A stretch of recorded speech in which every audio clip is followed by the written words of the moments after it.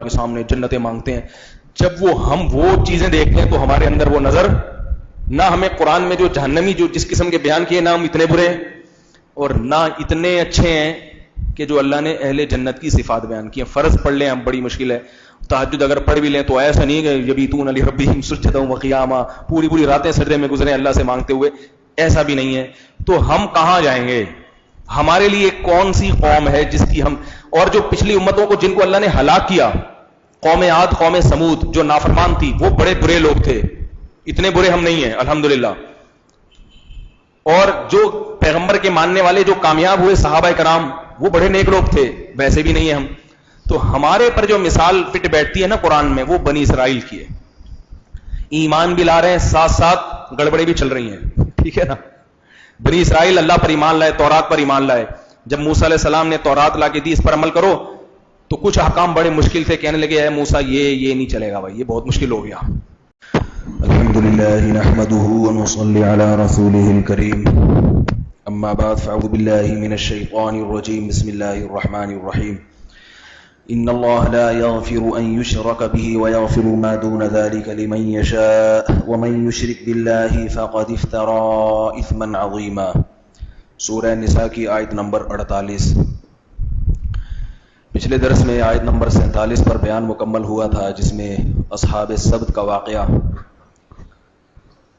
یہودیوں کو اللہ نے حکم دیا کہ ہفتے کے دن مچھلی کا شکار مت کرو, مگر وہ جال لگا کے بیٹھ جاتے تھے.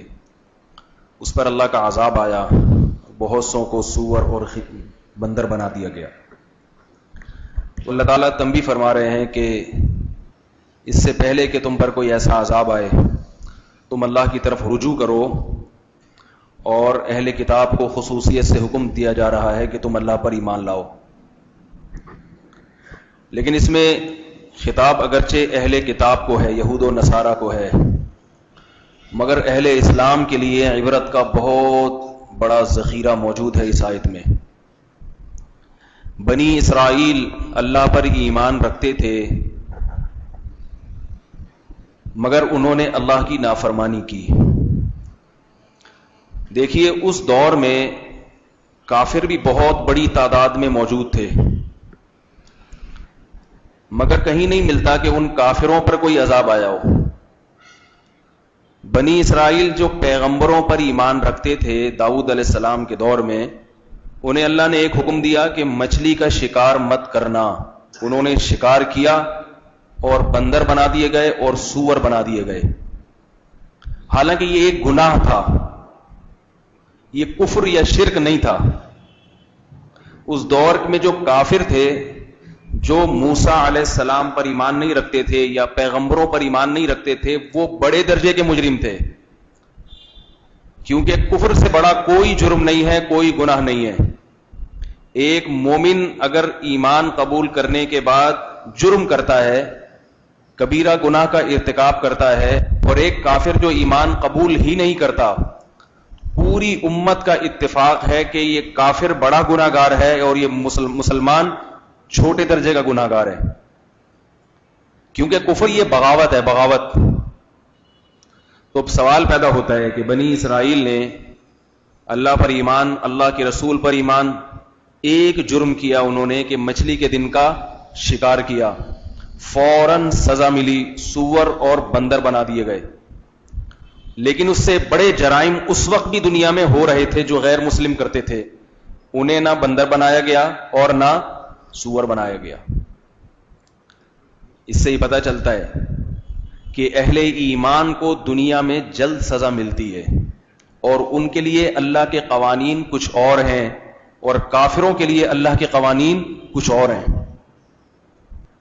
اس لیے یہ جو ہمارا طبقہ, نوجوان طبقہ, گوروں کو دیکھ دیکھ کے, انگریزوں کو دیکھ دیکھ کے گناہوں کی طرف بڑھ رہا ہے, اور یہ اس خوش فہمی میں مبتلا ہو جاتا ہے کہ وہ لوگ شراب بھی پیتے ہیں, زنا بھی کرتے ہیں, عیاشی بھی کرتے ہیں, پھر بھی کچھ نہیں ہو رہا, تو ہم نے اگر تھوڑا سا کر لیا تو کیا حرج ہے اس میں.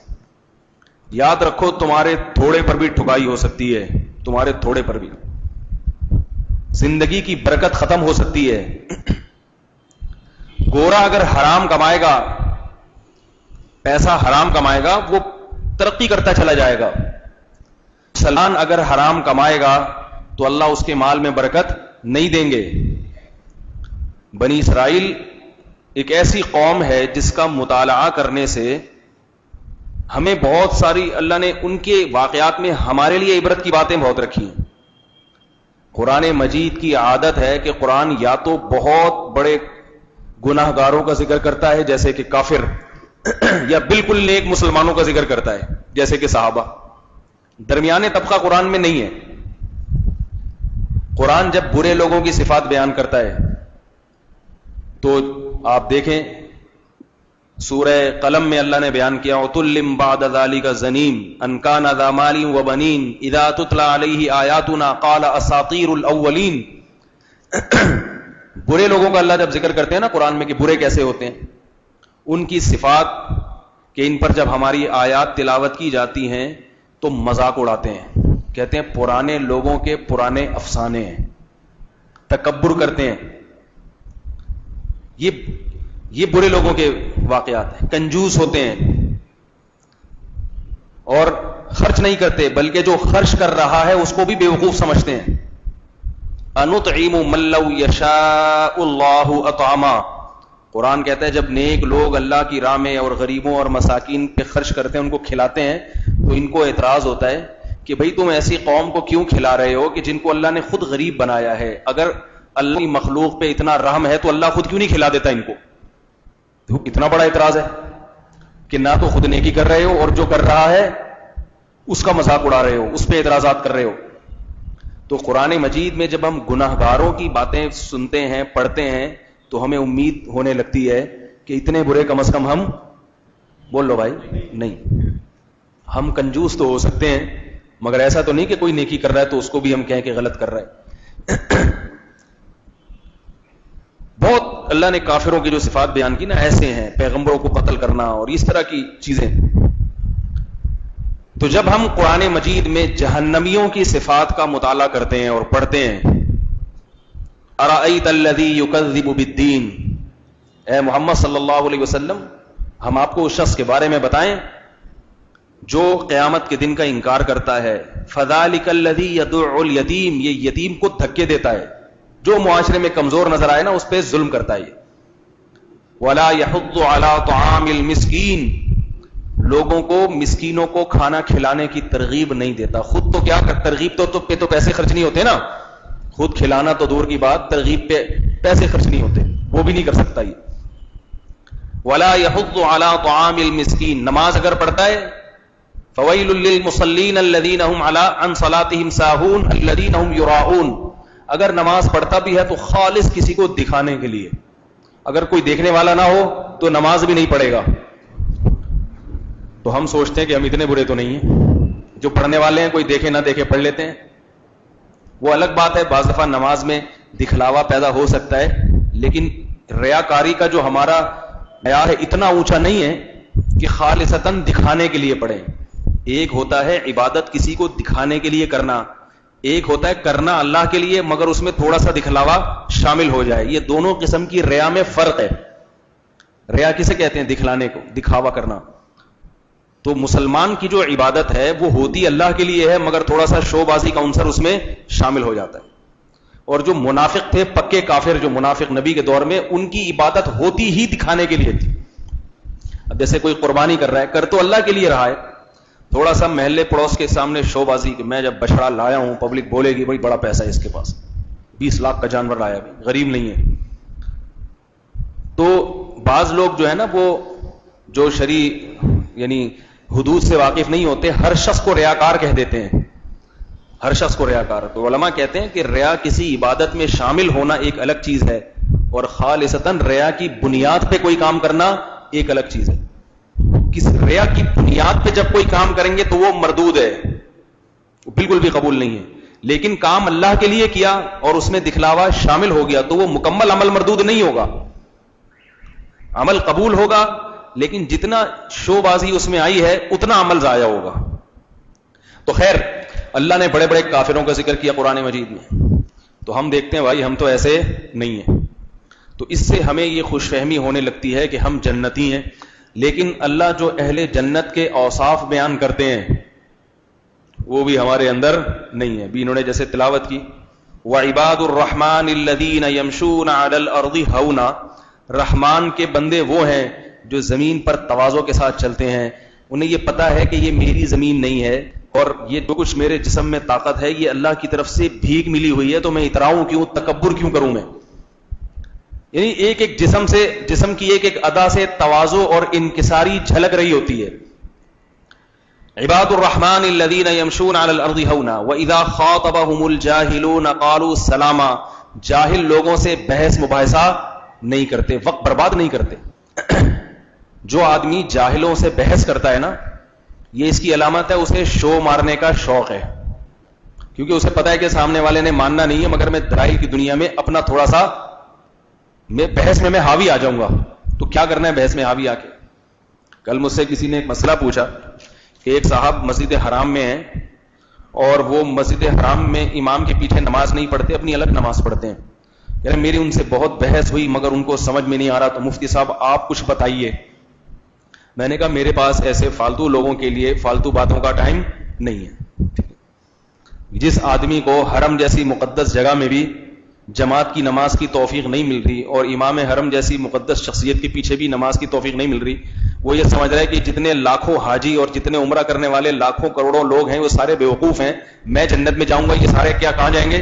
یہی مطلب ہوا نا کہ آپ جو 4 آدمی مل کے الگ جماعت کرا رہے ہو, اس کا مطلب یہ 4 جو وہ اسلام ہے جو محمد صلی اللہ علیہ وسلم لے کر آئے تھے, اور یہ 4 لاکھ جو ہیں یہ ان کا اپنا گڑا ہوا اسلام ہے. یہی پاگل اور بیوقوف ہونے کی سب سے بڑی دلیل ہے. یہ جماعت المسلمین والے تو اس قسم کی احمقانہ باتیں کرتے ہیں کہ ہم لوگ جنت میں جائیں گے, باقی جماعت المسلمین کے علاوہ پہلی دفعہ میں نے اس قسم کا آدمی دیکھا کہ وہ بھی اس قسم کی احمقانہ باتیں کریں. ایسے لوگ بھی ہیں کہ وہاں نماز نہیں پڑھتے. تو میں نے کہا کہ جس کو اتنی موٹی بات سمجھ میں نہ آئے اس کو سمجھانے کے لیے ہمارے پاس فالتو دماغ نہیں ہے, کیونکہ خام خواہ کی بحث مباحثے سے ضد, بغض, عداوت, نفرتیں اور اس کے علاوہ کچھ بھی پیدا نہیں ہوتا.